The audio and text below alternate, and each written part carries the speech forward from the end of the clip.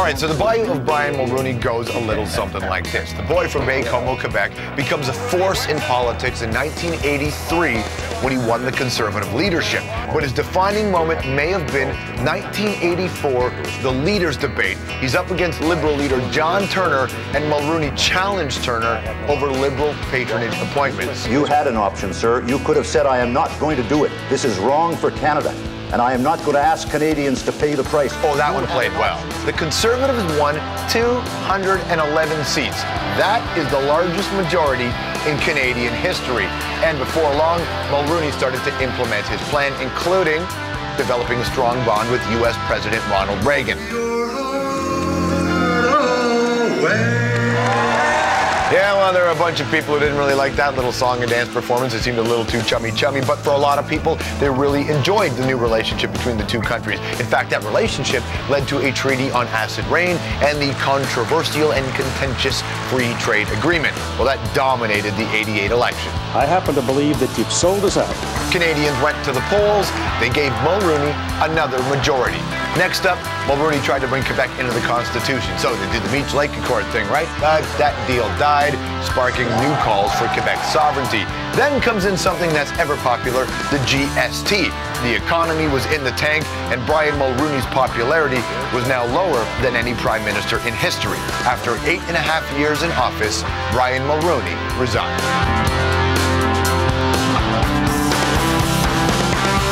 The Right Honourable former Prime Minister, Brian Mulroney. Welcome. Thank you. So you're sitting there and you're looking across at all these people, these younger people who want to become the Prime Minister, and are you looking at them saying, don't do it? Well, we were saying earlier that, that when you go through it all and you look back on it, everyone thinks it was worth it. But there are days when the trials and tribulations and the difficulties are pretty overwhelming, and you say, what in the hell am I doing here? You know, I don't need this. But when it's all over, you look back and you're happy you did it. So, what makes a great Prime Minister? Are there traits, something that's really important to become a good PM? Well, I think that you have to have a vision of what you'd like to do if you get the job, where you'd like to take the country in some important ways. And then I think the other ingredient is perseverance. You have got to be ready to take the abuse and the criticism on an unremitting basis and try and bring into effect some, not a dozen, but maybe 2 or 3 major thoughts that you have or policies that you've developed that you think will make for a better Canada, not for easy headlines in 10 days, but for a better Canada in 10 years. And that's the way I think you have to look at it. But how difficult is that to do it? Because when you actually get into office and you realize that, I suspect the job is overwhelming, right? And then you look at this and go, well, this is more difficult to do than I thought it was. Is it hard to do that? The perseverance and understanding that it's just a different world. Well, it takes a while. It takes a while to learn that there are certain things you're just going to have to do. And one of them is to develop, as I say, a policy that may be controversial, but far-reaching in Canada's interest, and then fight for it. And recognize that the abuses can be overwhelming, but you can't surrender, you can't give in, so that you can look back on it 10 or 15 years later and say, I thought what I did was right for the country, and either it's proved to be the case or not, but at least you did what you thought.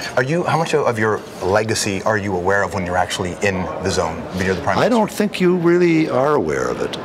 But the constitutional stuff and all that, you must have thought that this is how I'll be remembered when you go after these big issues. Well, I suppose to a certain extent, but take free trade.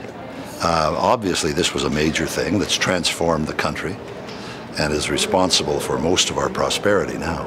4 out of 5 jobs since 1989 in Canada have come from free trade.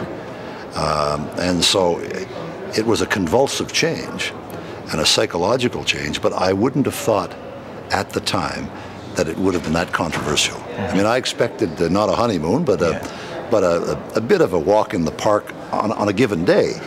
But every day was every day was a tough one. What was the thing that surprised you the most? Did you get blindsided when you became the Prime Minister and you thought, wait a minute?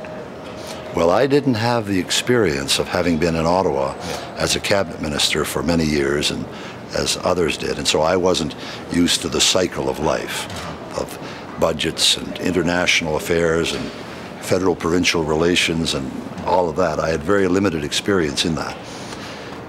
So to become prime minister with a majority government overnight and to remain as prime minister for 9 years was initially quite a challenge. But I learned a few things, and as I say, one of them is to recognize that when you go in, you want to get along with everybody. You want to be loved, you know. And then you realize that if you're being loved, you're not doing anything. Nothing is happening, and your popularity isn't worth, as John Nance Garner once said about the vice presidency of the United States, a pitcher of warm spit. It's not worth that. Your last question, how surreal is it for you to be hanging around with all, the four of you prime ministers? I mean, you've all known each other for years, but... Well, Mr. Clark and Campbell were in my cabinet. Yeah. And so it's like working with them again. Mm-hmm. And Paul Martin's been a friend of mine for 35 years. Mm-hmm. So but it's nice to see them in these circumstances. Certainly. Now that we're older and we're no longer politicians, we're statesmen. It's much easier that way, isn't it? Well, I'll say that anyway. May not be true. Nice to see you. Thank you for having me. Thank you.